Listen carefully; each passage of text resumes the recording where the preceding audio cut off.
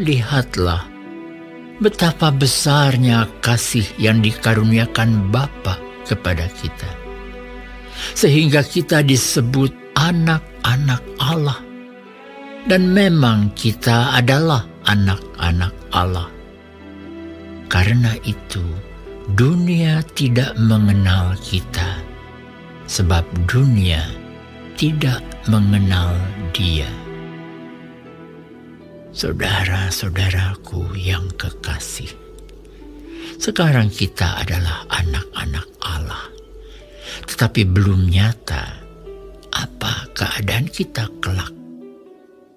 Akan tetapi kita tahu bahwa apabila Kristus menyatakan dirinya, kita akan menjadi sama seperti Dia, sebab kita akan melihat Dia dalam keadaannya yang sebenarnya.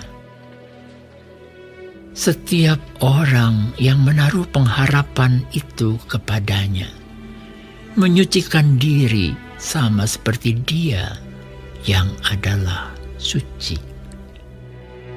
Setiap orang yang berbuat dosa melanggar juga hukum Allah, sebab dosa ialah pelanggaran hukum Allah.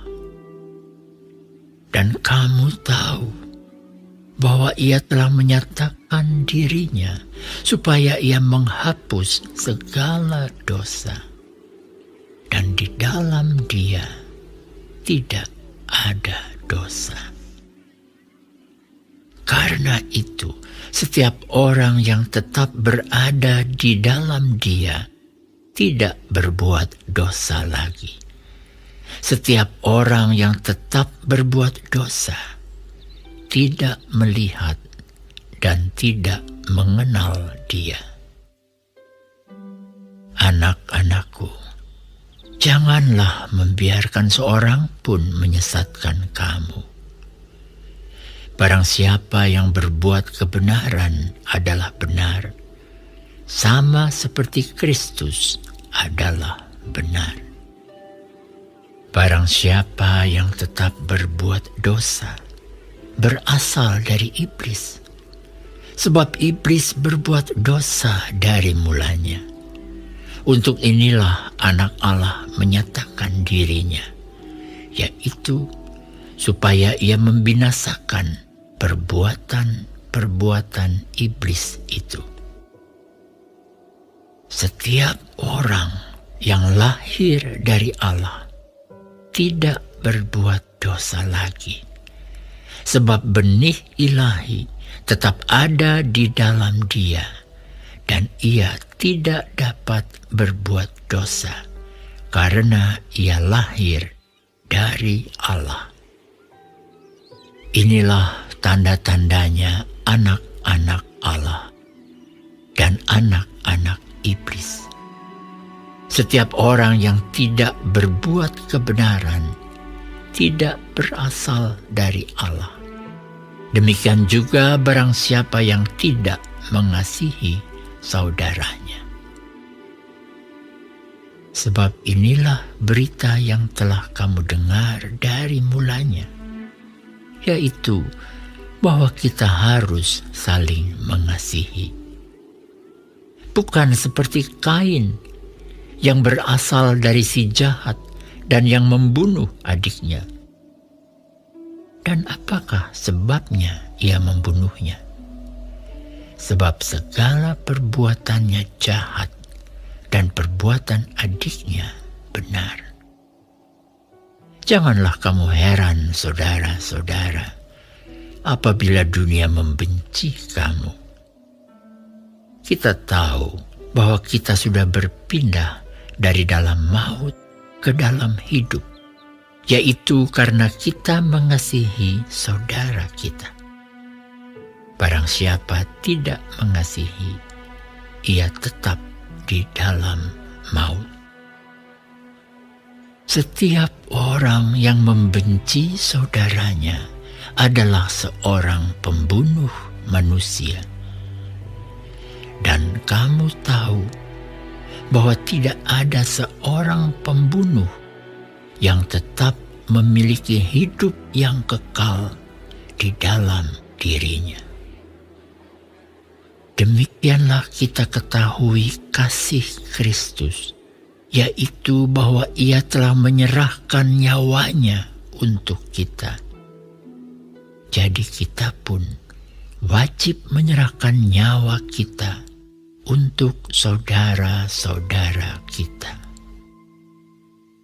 Barang siapa mempunyai harta duniawi dan melihat saudaranya menderita kekurangan, tetapi menutup pintu hatinya terhadap saudaranya itu, bagaimanakah kasih Allah dapat tetap di dalam dirinya? Anak-anakku, marilah kita mengasihi bukan dengan perkataan atau dengan lidah, tetapi dengan perbuatan dan dalam kebenaran. Demikianlah kita ketahui bahwa kita berasal dari kebenaran. Demikian pula kita boleh menenangkan hati kita di hadapan Allah. Sebab jika kita dituduh olehnya, Allah adalah lebih besar daripada hati kita, serta mengetahui segala sesuatu. Saudara-saudaraku yang kekasih, jikalau hati kita tidak menuduh kita, maka kita mempunyai keberanian percaya untuk mendekati Allah. Dan apa saja yang kita minta, kita memperolehnya daripadanya, karena kita menuruti segala perintahnya dan berbuat apa yang berkenan kepadanya. Dan inilah perintahnya itu, supaya kita percaya akan nama Yesus Kristus Anaknya, dan supaya kita saling mengasihi sesuai dengan perintah yang diberikan Kristus kepada kita. Barang siapa menuruti segala perintahnya, ia diam di dalam Allah, dan Allah di dalam dia. Dan demikianlah kita ketahui bahwa Allah ada di dalam kita, yaitu Roh yang telah Ia karuniakan kepada kita. Shalom saudara-saudaraku yang kekasih di dalam Tuhan Yesus Kristus. Puji Tuhan, hari ini kita masih hidup. Tuhan berikan kita kesehatan dan kekuatan dan kesempatan untuk mempelajari firman Tuhan dari 1 Yohanes 3. Tuhan Yesus memberkati. Ayat 1. Lihatlah betapa besarnya kasih yang dikaruniakan Bapa kepada kita, sehingga kita disebut anak-anak Allah. Dan memang kita adalah anak-anak Allah. Karena itu dunia tidak mengenal kita, sebab dunia tidak mengenal Dia. Kebenaran bahwa Allah adalah Bapa sorgawi kita dan kita adalah anak-anaknya adalah pernyataan yang mendasar dari firman Tuhan. Sebab menjadi anak Tuhan, anak-anak Tuhan adalah hak istimewa yang terbesar akibat keselamatan yang kita dapat waktu kita percaya kepada Yesus Kristus. Menjadi anak Allah adalah landasan dari iman kita kepada Tuhan. Dan pengharapan kita bahwa di masa depan kita akan menikmati kemuliaan yang Tuhan sediakan bagi kita. Sebab kita adalah ahli warisnya Tuhan.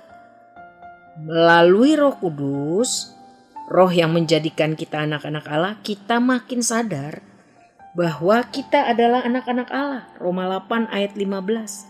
Sehingga dengan berani kita berseru ya Aba, ya Bapa di dalam hati kita. Dan memberikan kepada kita kerinduan untuk hidup dipimpin oleh Roh Kudus. Memberi kita kesadaran untuk mau memberi diri disiplin, dibentuk oleh Tuhan sendiri. Karena kita mau hidup untuk menyenangkan hati Tuhan. Sebab tujuan akhir Tuhan menjadikan kita anak-anaknya ialah untuk menyelamatkan kita selama-lamanya dan menjadikan kita serupa dengan anaknya. Roma 8 ayat 29. Saudara-saudara, di ayat 6 diajarkan kepada kita, karena itu setiap orang yang tetap berada di dalam Dia tidak berbuat dosa lagi. Setiap orang yang tetap berbuat dosa tidak melihat dan tidak mengenal Dia. Kata-kata berada di dalam Dia dan lahir dari Allah adalah ungkapan yang sepadan. Hanya orang-orang yang tetap berada di dalam Tuhan akan tetap lahir dari Tuhan, akan tetap mengecap kebaikan-kebaikan Tuhan. Yohanes mengatakan bahwa tidak seorang pun yang sedang hidup dalam dosa masih terus tinggal bersekutu dengan Tuhan, atau masih terus mengenal akrab dengan Tuhan. Ini kenyataan, ya, yang dapat kita terapkan, bahwa kalau kita benar-benar percaya kepada Kristus, ya, tetapi kita masih terus berbuat dosa, berarti itu tidak benar kita percaya kepada Kristus. Atau ada kemungkinan orang yang dahulu mengenal Kristus, percaya kepada Kristus, tetapi murtad dan tidak mengenal Tuhan lagi. Jadi mari kita berhati-hati untuk menjaga status kita sebagai anak-anak Allah karena anugerah keselamatan yang diberikan oleh Yesus Kristus. Ayat 9, setiap orang yang lahir dari Allah tidak berbuat dosa lagi, sebab benih ilahi tetap ada di dalam Dia dan ia tidak dapat berbuat dosa karena ia lahir dari Allah. Hal ini menunjukkan bahwa orang yang terus berbuat dosa berarti dia tidak sungguh-sungguh sudah mengalami kelahiran baru. Orang yang sungguh-sungguh dilahirkan kembali dari Allah tidak mungkin punya cara hidup yang terus-menerus berbuat dosa. Karena Allah hidup dan Dia hadir dalam orang yang sungguh-sungguh percaya dan mengasihi Dia. Kelahiran baru menghasilkan kehidupan rohani yang mendatangkan hubungan yang terus-menerus dengan Tuhan. Jika kita memiliki hidup Tuhan di dalam diri kita atau dilahirkan kembali oleh Allah, berarti kita tidak suka lagi berbuat dosa. Kalau berbuat dosa terus-menerus, itu mustahil kita bilang Tuhan ada di dalam hidup kita.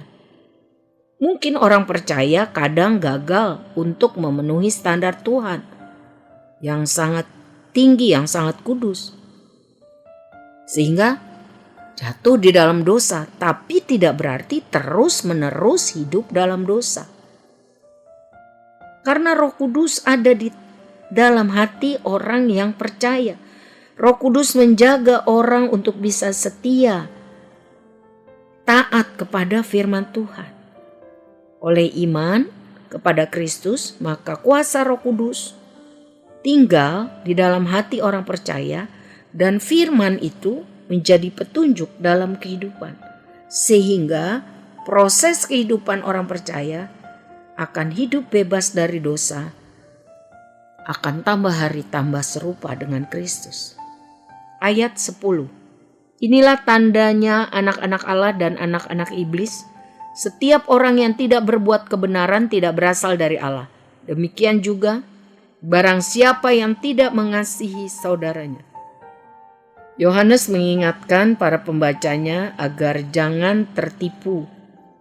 Karena itu orang percaya harus menolak setiap ajaran yang mengatakan bahwa seorang tidak perlu serius bersekutu dengan Tuhan, dapat terus berbuat dosa, Tuhan Maha Baik, bisa melakukan perbuatan-perbuatan yang disukai iblis, bisa tetap mengasihi dunia yang rusak ini, bisa hidup merugikan orang lain, tapi tetap bisa menjadi anak Allah, selamat dan masuk surga. Ini sungguh ajaran palsu, sesat. Rasul Yohanes dengan jelas menyatakan bahwa seorang yang tetap berbuat dosa berasal dari iblis, bukan anak Allah. Yang menjadi ciri anak Allah yang sejati adalah yang pertama, kasih akan Allah. Kerinduan untuk melakukan perintahnya. Ya. Dan yang kedua, memperhatikan dengan sungguh kebutuhan rohani dan jasmani sesama orang percaya. Ada kasih kepada sesama orang percaya. Bagaimana dengan saya dan saudara?